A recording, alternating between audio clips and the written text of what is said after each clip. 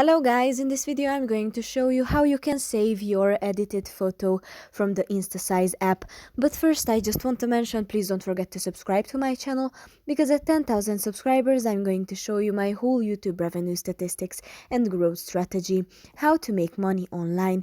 So let's jump into it. Open the Instasize app, tap on this blue plus on the bottom, tap on the library, the first option, and choose a photo.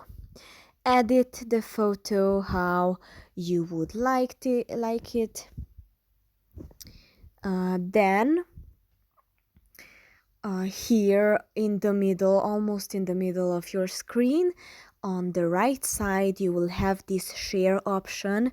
If you tap on this share button, then you can save the image to your gallery.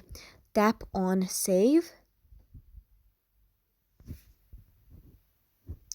Then you can share it on Instagram or Snapchat or gallery.